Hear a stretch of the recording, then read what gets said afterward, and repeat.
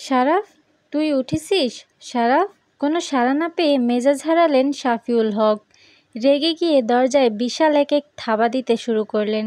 10 মিনিটের মধ্যে ঘরের বাইরে তুই না আসলে তোর গাড়িতে আগুন লাগিয়ে দেব আমি। জেসমিন রান্না করছিলেন। স্বামীর কথা শুনে ভয়েই খুন্তি নাড়ানো থেমে গেল তার। হুমকিটা কথার কথা, শুনলেও আজ এই ঘটনাটি ঘটিয়ে ছাড়বে শাফিউল।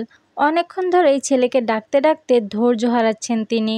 রান্নাঘর থেকে জলদি বেরিয়ে এলেন জেসমিন। মেয়ে যারা ঘরে বসে ফোন চাপছিল। এই যারা ফিসফিসানির মতো তাকে ডেকে বললেন, তরকারির কাছে আয় তো। বলেই ছুটলেন ছেলের ঘরের দিকে। শাফিউল সাহেব পেছনে হাত মুড়ে দাঁড়িয়ে তখনও দরজায় ধাক্কা দিচ্ছিল। আপনি যান, আমি ডাকছি ওকে। রাগে লাল হওয়া স্বামীর মুখের দিকে তাকিয়ে কাচুমাচু করে বললেন জেসমিন। জবাবে বউকে কঠোর চাউনি দিয়ে চলে গেলেন শাফিউল সাহেব। তার পরপরই বাড়ির গেটের ভেতর ঢুকলো গোটা 3টে গাড়ি। শোবার ঘর থেকে আবারও তখন বেরিয়ে এলেন শাফিউল। তারা চলে আসছে কিন্তু। হুঁশিয়ার গলায় স্ত্রীকে বলেই নিচে চললেন অতিথিদের গ্রহণ করতে।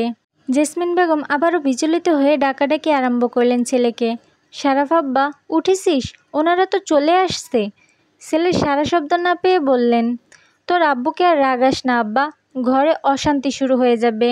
কালকে কাদের মারধর করে আসছিস তা নিয়ে এমনিতেই টেনশনে আছে তোর আব্বু আর চাচা। ওঠ আব্বা। শুধু দরজার বাইরেই ডাকাডাকি চলছে না, কম্বলের ভেতর চলে যাওয়া ফোনটাতেও লাগাতার রিং হচ্ছে।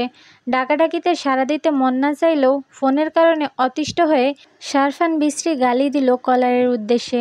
ফোনটা খুঁজে স্ক্রিনে চোখ ফেলল। বড় চাচার নাম্বার। মাঙ্গের নাতি। চিরবিরিয়ে গালিটা দিয়ে উঠে বসল সে। জেসমিন তখনও ডাকাডাকি করে যাচ্ছেন, দরজায় চাপড় দিতে দিতে। মায়ের আদরের স্বর উপেক্ষিত হলো দরজার ওই গুতোগুতির শব্দের জন্য। ক্ষিপ্ত মেজাজে হুমকি দিয়ে উঠল তাই। আরেকবার দরজায় থাপড়াথাপড়ি করলে ঘরের একটা দরজাও আস্ত থাকবে না। ভয়ে জেসমিন দরজায় আর হাত দিলেন না। মিনতির সুরে শুধু বললেন, সবাই চলে আসছে বাবু, জলদি রেডি হয়ে বাইরে আয়। হাত বাড়িয়ে বেড সাইডে সেন্টার টেবিল থেকে সিগারেট আর লাইটার তুলে নিল শারফান। বাপের হুমকি ধামকি, মায়ের আকুতি মিনতি, কুছ পরোয়া না করে সিগারেট ধরালো আর কি যেন ভাবনায় মশগুল হলো। এর মধ্যে আবারও বেজে উঠল ফোনটা। স্ক্রিনে শাফিকুল কাকু নামটা দেখেও নির্বিকারভাবে স্ক্রিনে চেয়ে থেকেই সিগারেট শেষ করতে থাকলো সে ধীরে ধীরে। কল কেটে গিয়ে সপ্তমবারের মাথায় কলটা আবারও এলো। রিসিভ করলো। আমি ফরিদপুর ঢুকেছি ভোর 5:30টায়, ঘুমোতেও কি দেবেন না? একরকম খেকিয়ে উঠল সে চাচার উপর। ওপাশ থেকে শোনা গেল তখন, সিরাজ কাজী আহসানুল বারাসকে কি মুখের ওপর বলা যায়? ভাইপো আমার ঢাকা থেকে মারামারি করে বাড়ি ফিরেছে, রেস্ট নিচ্ছে। আপনারা কালকে আসলে দেখা পাবেন ওর। তোর আব্বাকে চেতাস না বাপ। পাশে দেখা গেল তোকে শেয়ার দেওয়ার ডিসিশন পাল্টিয়ে ফেললো ও। ডিসিশন পাল্টালে আমিও পাল্টে যাব। সিগারেটে টান দিয়ে ঠান্ডা গলায় বলল, 5 বছর কামলা দিয়ে আপনাদের ফকিন্নি হক কোম্পানির প্রফিট বাড়ালাম, ইনভেস্টর আনলাম। কামলা শেষে যদি বেনিফিট না পাই তো কোম্পানির হোগায় চেরাগ জ্বালিয়ে কোম্পানির রেস্ট ইন পিস করে দেব। এ আর এমন কি কাজ? 11:40 বাজে। 50-এর ভেতর রেডি হয়ে চলে আয় বাপ। দ্রুত ফোন কাটলেন শাফিকুল সাহেব। ভাইপোর কথার জবাব দেওয়ার ভুল করলেন না একদম। সামনেই আবার সংসদ নির্বাচন, ভাইপোকে লাগবে এ কাজেও। কিন্তু মনে মনে তিনি আফসোস করলেন খুব। কেন আল্লাহ তার ঘরে একটা ছেলে দিলেন না? তাহলে কি আর ছোট ভাইয়ের এই হিটলার শয়তান ছেলেকে ভরসা করতে হতো? কথা শেষ করে তিনি ফিরে এলেন বসার ঘরে। শাফিউল সাহেব তখন খুব আন্তরিকতার সাথে কথা বলছেন বাংলাদেশের শীর্ষ ব্যবসায়ী সিরাজ কাজীর সঙ্গে। শাফিউল আর শাফিকুল সাহেবের কোম্পানি হলো ভোজ্য তেল, চিনি, গুঁড়া দুধ আর দুগ্ধজাত পণ্যের।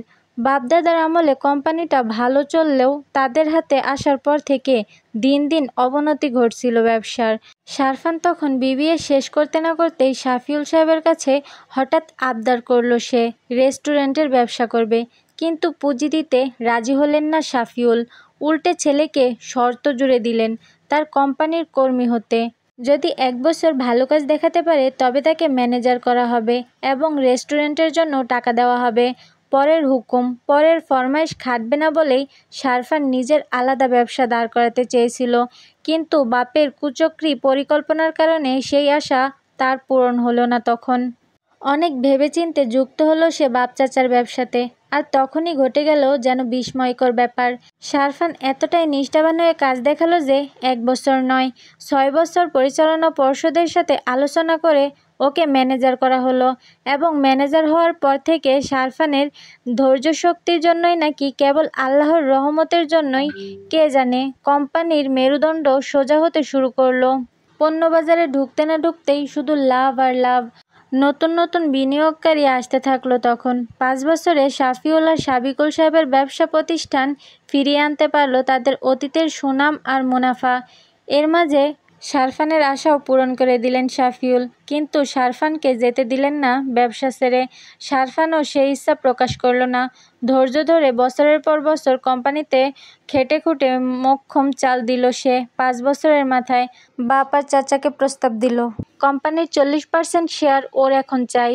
এবার কোম্পানির কোনো বেতনভুক্ত কর্মচারী নয়, বরং অংশীদার হতে চায় সে। অর্থাৎ বাপ আর চাচার ভাগ থেকে 20-20 করে দিতে হবে ওকে। আর তা না দিলে একেবারে সব ছেড়ে ছুড়ে চলে যাবে সে অন্য কোথাও। সাকিবুল আর শাফিউল সাহেব 2 ভাই, বোন আছে 5 জন। সাকিবুলের কোনো ছেলে সন্তান নেই, 3 মেয়ে। বড় 2 মেয়ে প্রেম করে পালিয়ে বিয়ে করেছে। তাদের আজ পর্যন্ত মেনে নিতে পারেননি তিনি, কারণ জামাই দুটোই অযোগ্য আর লোভী প্রকৃতির। ছোট ভাই শাফিউলের ছেলেই তাই নিজের ছেলের জায়গা নিয়েছে। কিন্তু শারফানের প্রস্তাবে তাদের 2 ভাই প্রথমে একদম রাজি ছিলেন না। ছেলের হুমকিতেও কোনো গুরুত্ব দেননি। এ নিয়ে শারফানের সঙ্গে গোলমাল চলল তাদের কিছুদিন। শারফান ওর সমস্ত টাকা পয়সা একদিন ব্যাংক থেকে বের করে নিল হঠাৎ। ঢাকায় আর ফরিদপুরের রেস্টুরেন্টও বিক্রির জন্য খদ্দের খুঁজতে আরম্ভ করলো। দেশের বাইরে চলে যাওয়ার জন্য প্রস্তুতি নিতে থাকে সেই সাথে। এসব যখন জানতে পারলেন শাফিউল পাগলের মতো ছেলের সাথে যোগাযোগ করার চেষ্টা করলেন। শারফান কোনোভাবেই ধরা দিল না। তারপর উপায়ন্তর না পেয়ে 2 ভাই শেয়ার লিখে দেওয়ার আশ্বস্ত দিলেন ওকে। সেই আশ্বস্তও ওকে ফেরাতে পারল না। শাফিউল সাহেব তখন কোম্পানির উকিলের মাধ্যমে যোগাযোগ করলেন। উকিল ওকে অংশীদারিত্ব দলিলের ছবি পাঠালে তারপর শারফান বাড়ি ফিরল। কিন্তু ফিরল তাও গায়ে গতরে একগাদা জখম নিয়ে। আজ সকালে মগবাজার থানার ওসি ফোন করে সাকিবুল সাহেবের সেক্রেটারিকে জানালো শারফান ওর দলবল নিয়ে গতরাতে শৈলবারে তুলুম মারামারি করেছে তাদের প্রতিদ্বন্দ্বী কোম্পানির মালিকের নাতির সাথে। পুলিশ পৌঁছানোর আগে শারফান ওর সঙ্গপঙ্গ নিয়ে কেটে পড়ে, কিন্তু মামলা খেতে গিয়েও বেঁচে গেছে। বার ম্যানেজার ওর বিরুদ্ধে কোনো কথা বলেননি বিধায়। কেন বলেনি তা জিজ্ঞেস করতেই জানা যায় বেরিয়ে আসার আগে শারফান ক্ষতিপূরণের দাম দ্বিগুণ দিয়ে এসেছে। তা কোথায় শারফান সাহেব? সিরাজ গাজী চায়ে চুমুক দিতে দিতে খোঁজ করলেন। ওর ইন্টেলিজেন্ট আর ডিরেকশনের গল্প বাশার সাহেবের কাছে এত শুনেছি তা তো জানেন না। আহসানুল বাশার হক কোম্পানিতে বিনিয়োগ করেছেন খুব বেশি দিন হয়নি। অল্প কয়েক মাসেই শারফানের কাজ আর ওর বিচার বুদ্ধি দেখে তিনি আর তার মেয়ে রীতিমতো মুগ্ধ। তাই সন্তুষ্ট হয়েই সিরাজ গাজীর কোম্পানির সাথে হক কোম্পানির কোলাবোরেশন করিয়ে দেওয়ার চেষ্টা করছে সে। মিথ্যা আন্তরিক হাসি শাফিউলের মুখে ঝুলিয়ে সাকিবুলের দিকে তাকালেন এবার। তারপর বললেন, এক্ষুনি আসছে, ফ্রেশ হচ্ছে ও। শেষ কথাটা শেষ হওয়ার সঙ্গেই শারফানের আগমন ঘটল। হলুদ রঙের বাটিক লুঙ্গি পরনে, আর গায়ে জড়ানো ওর শোবার ঘরের খয়েরি রঙা মোটা কম্বলটা। বহুদিনের না কামানো গোঁফদারির মাঝে মস্ত বড় হাঁ করে হাই তুলতে তুলতে সিঁড়ি দিয়ে নামছে সে। মাথা ভর্তি সোজা চুলগুলো এতখানি লম্বা হয়েছে যে কপাল ঢেকে তার চোখের নিচে নেমে নাক ছুঁয়েছে। সাবিকুল সাহেব চায়ে চুমুক বসিয়েছিলেন সবে। শারফানকে দেখা মাত্রই বিষম খেয়ে বসলেন আচমকা। শাফিউল ফ্রেশ হচ্ছে, কথাটা কি এইভাবে মিথ্যা বানিয়ে দিল হতচ্ছাড়াটা? কি তাণ্ডব শুরু হয় আজ বাপ ছেলের মাঝে, এই আশঙ্কা করতে থাকলেন এবার সাকিবুল। আসসালামু আলাইকুম প্রিয় দর্শক, গল্পটা শুনতে হলে আমাদের সাথেই থাকুন। ধন্যবাদ।